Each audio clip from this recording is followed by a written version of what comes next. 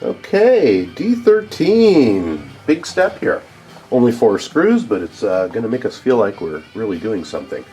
We're going to attach your rear clip to the chassis. Very much the same as we did in the front, except for it is actually a little easier, I think. Doesn't bind up as much. Okay, what we're going to do is take a look at your drive cup here and make sure that the center shaft is inserted into the drive cup. Then we're going to go ahead and drop the chassis down on the clip down onto the chassis and turn it over.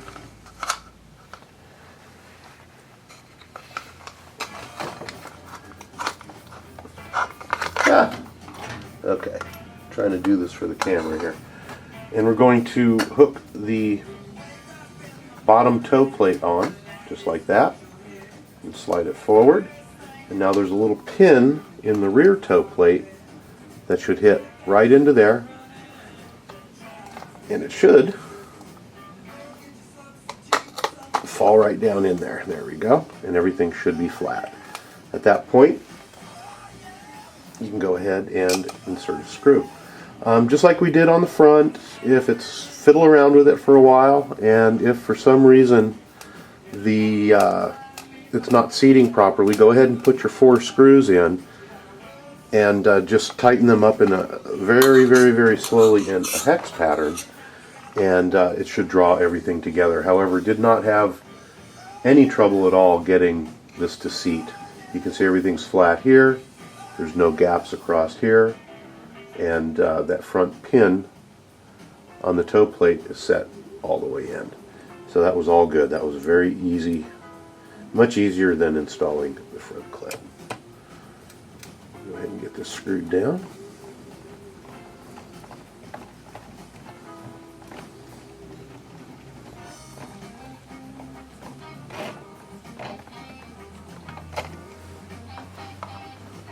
Listen to some ZZ Top.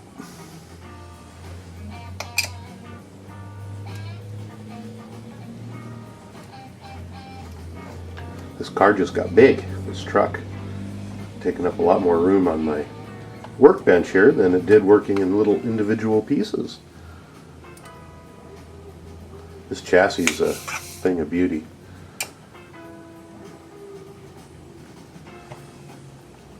Alright. Just about done here.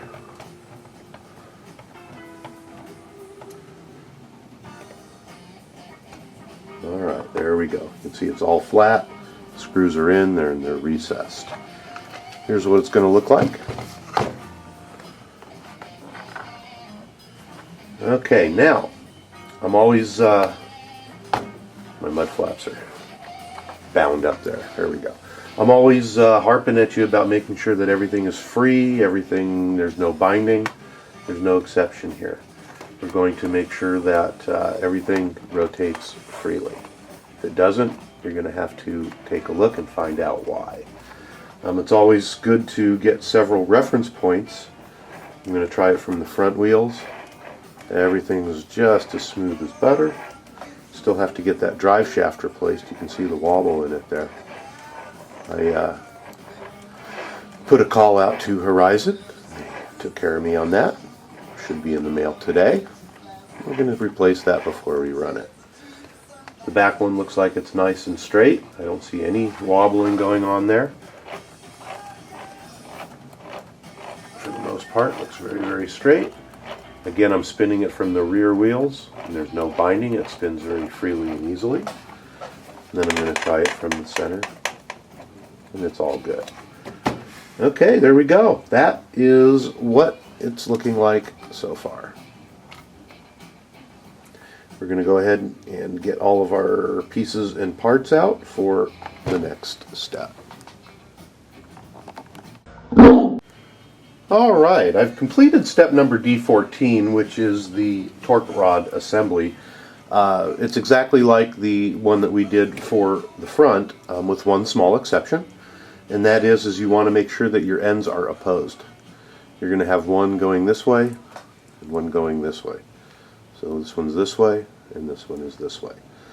The one that goes sideways, we're going to mount right into here. Let me see if I can turn this around. Like I said, this car is getting a little big for my table here. It's going to go right into here, where it's supposed to.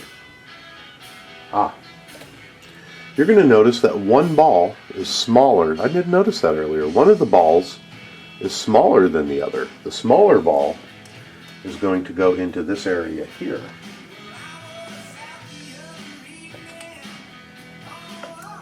We'll go ahead and get our screw in there. Maybe. There we go. And we're going to put a nut. There's actually a little hex area back here where that nut slides in. So we're going to put it in that little hex carrier. Screw it in.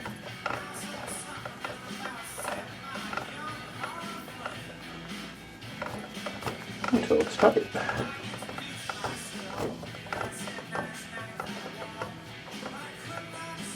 There we go. Now the next one, come on, is going to go in. That's your beveled screw, or the flathead screw, is going to go in from the bottom.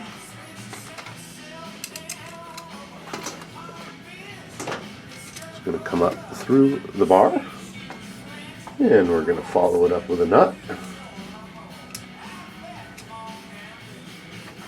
and tighten it up.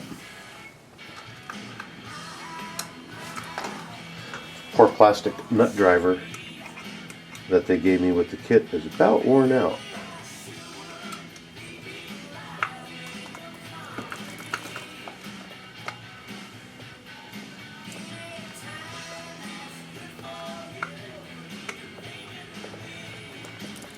Oh, those damn screws can't get the wrench all the way in. Okay. There we go. We are now done working on the chassis rear clip and installing the rear clip. There you go. Very complicated, well-engineered piece of equipment. So we are now done with D16, and we are going to move on to the next step. So you can go ahead and set your chassis aside, and we'll start on bag E. Alright, well, it's time to build shocks. Personally, I like to lay everything out when I do shocks and kind of rapid fire through the same part on all of them as I go along, rather than trying to build one at a time, but it's up to you how you do it. All the parts are the same, with a few exceptions. The exceptions is you have a front shock and a rear shock. The front is shorter and the rear is longer on the tube. This is the shock tube. You can see the difference in height there. And secondly is the shock shaft length is shorter for the front and longer for the rear. I believe other than that, all the other parts are the same. It is the directions, and I'm looking here, we might probably retune the shocks later, but it looks like they're both calling for front and rear the 4-hole pistons, which are in the little plastic baggies. I do believe that in the kit there is optional tuning parts for the shocks. I believe I saw those in a bag here.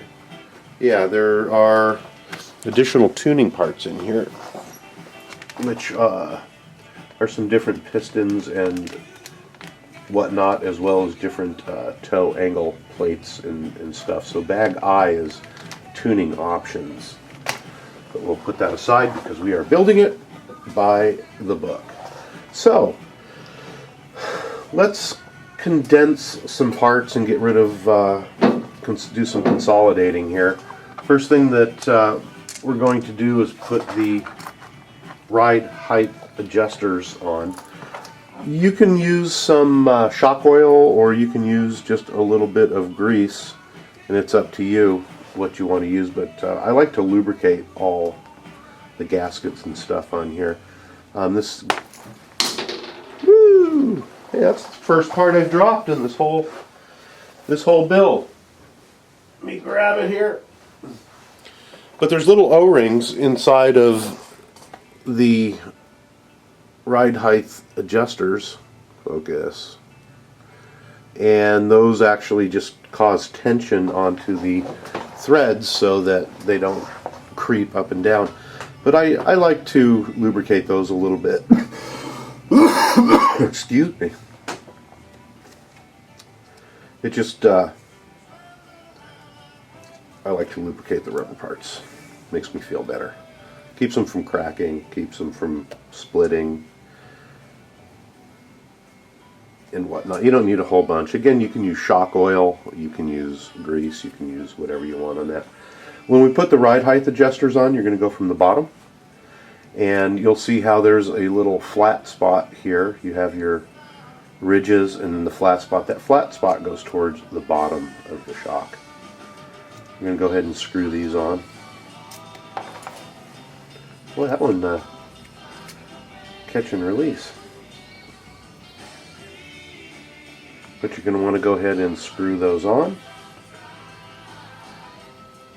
And you're going to want to go almost all the way up with them. A lot of threads on there, and it's going to take a little bit of time. Especially the grease on your hands, a little slippery.